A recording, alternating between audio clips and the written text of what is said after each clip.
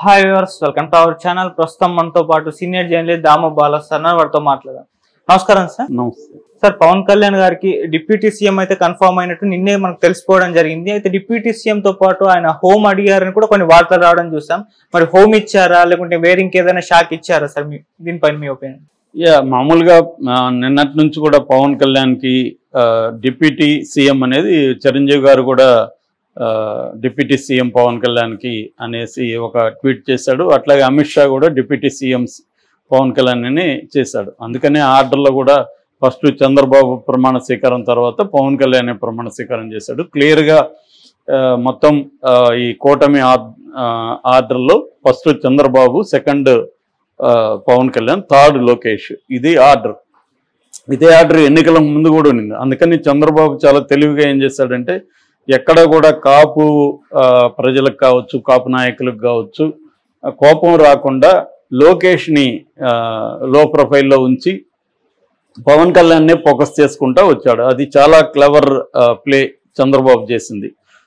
లోకేష్ ని ఎక్కడ డామినేట్ చేయకుండా వేరే చోట్లకి లోకేష్ని తిప్పకుండా లాస్ట్లో మాత్రమే కొన్ని సభలకి లోకేష్ వచ్చాడు తప్ప బిగినింగ్ నుంచి కూడా లోకేష్ అండర్ ప్లే చేశాడు. ఎక్కడ కూడా పవన్ కళ్యాణ్ డామినేట్ చేయడానికో ఏ రకంగా కూడా లోకేష్ ప్రజెన్స్ ఎక్కడా లేదు. పవన్ కళ్యాణ్నే ఫోకస్ చేసుకుంటా వచ్చాడు. ఎందుకంటే ఆయన క్లియర్గా తెలుసు పవన్ కళ్యాణ్ బలం లేకుండా, పవన్ కళ్యాణ్కు ఉన్న సామాజిక వర్గాలు ఓటు షేర్ కాకపోతే, తమకి ట్రాన్స్ఫర్ కాకపోతే ఈ ఎన్నికల్లో మనం గెలవలేమనేది ముందు నుంచి చంద్రబాబుకి స్ట్రాంగ్గా ఉంది. అందుకని పవన్ కళ్యాణ్ క్లియర్గా పవన్ కళ్యాణ్నే ఫోకస్ చేసుకుంటా వచ్చాడు. సో ఇప్పుడు కూడా గవర్నమెంట్ ఇది నిజానికి చంద్రబాబుకి ఏ రకంగానూ జనసేన మీద డిపెండ్ అవ్వాల్సిన అవసరం లేదు. క్లియర్గా 135 సీట్స్ తెలుగుదేశానికి వచ్చాయి. కానీ ఇప్పుడు పవన్ కళ్యాణ్ని స్థాయి తగ్గిస్తే అది మళ్ళీ ఎఫెక్ట్ అవుతుంది. ఇంకా స్థానిక ఎన్నికలు ఉంటాయి, ఇంకా రకరకాలు ఉంటాయి. రేపు పొద్దున 2029 కూడా వీళ్ళ దృష్టి ఉంటుంది. ఇవన్నీ ఉండాలంటే పవన్ కళ్యాణ్కి ఇంపార్టెన్స్ ఇప్పుడు కూడా ఇవ్వాలి. ఈ వర్గాలు ఏ వర్గాలు తనని సపోర్ట్ చేస్తే ఆ వర్గాల్ని కన్సల్టేట్ చేసుకోవాలి. క్లియర్గా కన్సల్టేట్ అయితే నెక్స్ట్ 2029లో కూడా ఇదే కూటమి క్లియర్గా అధికారంలోకి వచ్చే అవకాశం ఉంది. ఎందుకంటే ఆల్రెడీ జగన్ ఏమో తక్కువ అంచనా వేయాల్సిన వల్ల జగన్కి సీట్లు రాలేదేమో కానీ 40% ఓటు జగన్కి ఉంది. కాబట్టి రేపు పొద్దున ఇందులో ఒక 10% అటు షిఫ్ట్ అయినా మళ్ళీ ఇబ్బంది అవుతుంది. అందుకని చంద్రబాబుకు ముందున్న కర్తవ్యం ఏంటంటే ఈ కాపు కమ్మ ఐక్యత అనేది ప్రధానం. ఇది CSDS లోక్నీతి పోస్ట్ పోల్ సర్వేలు కూడా వాళ్ళు కూడా క్లియర్గా చెప్పింది ఏమంటే సామాజిక ఈ కూటమి అంటే ఈ సోషల్ బేస్ ఏదైతే ఉందో కమ్మ, కాపు, బీసీలు ప్రధానంగా ఈ 3 వర్గాలు కూటమిని సపోర్ట్ చేస్తాయి. అందువల్ల కూటమి సక్సెస్ కాగలిగిందనేది CSDS లోక్నీతి వాళ్ళు కూడా తేల్చిన ఇది. మొన్న ఆయన న్యూస్ లాండ్రీకి సంజయ్ సింగ్ ఆయన CSDS అసిస్టెంట్ డైరెక్టర్ ఆయన ఇచ్చిన ఇంటర్వ్యూలో కూడా క్లియర్గా ఇదే చెప్పాడు. సో ఓన్లీ పథకాలు అనేవి జనాలకి సరిపోలేదు. క్లియర్గా ఈ సోషల్ కాంబినేషన్ ఏదైతే ఉందో అది ప్రధానంగా వర్కౌట్ అయింది. సో చంద్రబాబు ఒంటరిగా పోటీ చేస్తుంటే ఈసారి కూడా జగనే వచ్చేవాడు. ఎందుకంటే ఓట్లు ముగ్గురు మధ్య చీలిపోయేవి, జగనే గెయిన్ అయ్యేవాడు. కానీ చంద్రబాబు పవన్ కళ్యాణ్ కలయిక వల్ల ఏమైందంటే ఓన్లీ పై స్థాయిలో కలవడం కాకుండా అంటే అరిథమెటిక్ కలవడం కాకుండా కెమిస్ట్రీ కూడా వర్కౌట్ అయింది. వీళ్ళిద్దరి మధ్య ఒక ఓటు షిఫ్ట్ అనేది ట్రాన్స్ఫర్ అనేది స్మూత్గా జరిగింది. అందుకనే మనకు పవన్ కళ్యాణ్కి 21కి 21, 2కి 2 ఎంపీలు గెలవడానికి కారణం ఏంటంటే తెలుగుదేశం ఓటు కూడా క్లియర్గా ట్రాన్స్ఫర్ అయింది. అట్లాగే చంద్రబాబు కూడా జనసేన ఓటు క్లియర్గా ట్రాన్స్ఫర్ అయింది. సో అందువల్ల ఈ కలయికని ప్రీపోల్ అలయన్స్ని పోస్ట్ పోల్లో కూడా తీసుకురావడానికి చంద్రబాబు చాలా జాగ్రత్తగా ఈసారి వ్యవహరిస్తున్నాడు. ఈసారి ఏంటంటే ఆయన ఎటువంటి మొహమాటాలకు ఒత్తిళ్లకు లోను కాకుండా తను అర్థం చేసుకున్న పద్ధతి ఏంటి, తను దానిలో సక్సెస్ అయ్యాడు కాబట్టి దాన్ని కంటిన్యూ చేసుకుంటూ వెళ్తున్నాడు, అలాగా ఇస్తున్నాడు. కానీ ఒక వార్తలు మరి వీళ్ళు వైసీపీ వాళ్ళు పుట్టిస్తున్నారో లేదో తెలియదు కానీ లోకేష్కి పవన్ కళ్యాణ్కి మధ్య కోల్డ్ వార్ నడుస్తుంది. పవన్ కళ్యాణ్ని స్థాయిని తగ్గించడానికి లోకేష్ ట్రై చేస్తున్నాడు. ఎందుకంటే రేపొద్దున తనని డామినేట్ చేసి తనే చంద్రబాబు తర్వాత తనే స్టేట్ వైడ్ లీడర్గా ఎదిగితే తను వర్సెస్ జగన్ అయిపోతుంది తప్ప లోకేష్ అనేవాడు సైడ్ అయిపోతాడు.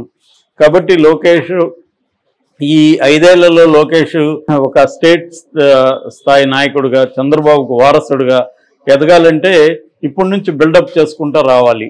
అది కూడా వాస్తవం. ఈ నెరేటివ్ ఏమి అబద్ధం కాదు, ఇది కూడా వాస్తవం. ఎందుకంటే ఇప్పుడు ఇక్కడ మళ్ళీ పవర్ నెక్స్ట్ సీఎం ఎవరు, చంద్రబాబు తర్వాత సీఎం పవన్ కళ్యాణ్ లోకేష్ అన్నప్పుడు లోకేష్ ఎందుకు వదులుకుంటాడు అంటే ఓవరాల్గా తెలుగుదేశం జనసేనలో చూసుకుంటే తెలుగుదేశం బలమే నిజమైన బలం.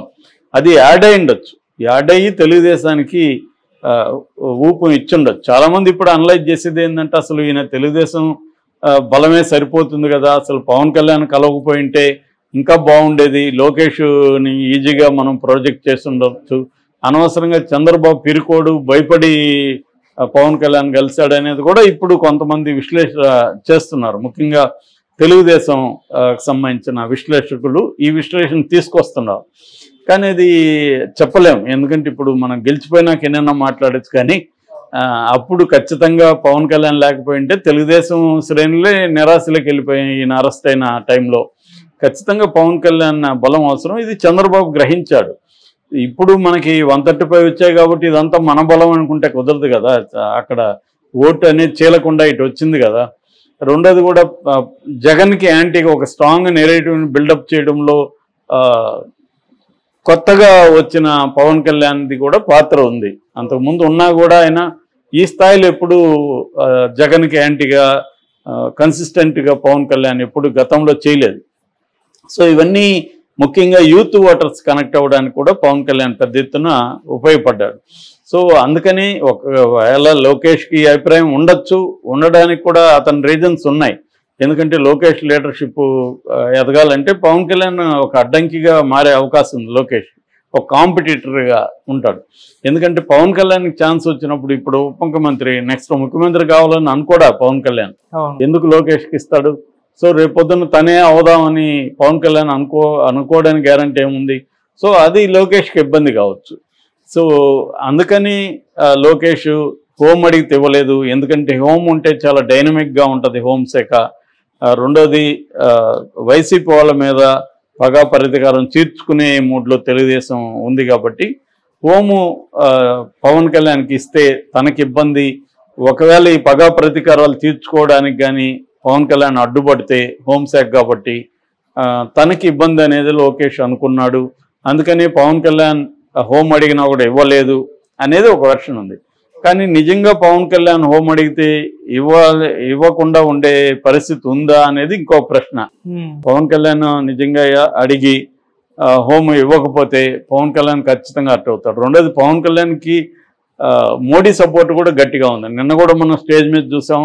వీళ్ళిద్దరిని అది పనిగా మోడీ వచ్చి చిరంజీవిని పవన్ కళ్యాణ్ చేతులు పట్టుకొని స్టేజ్ మీదకి తీసుకొచ్చి చేతులు లేపడం అనేది మనకు కనబడుతుంది.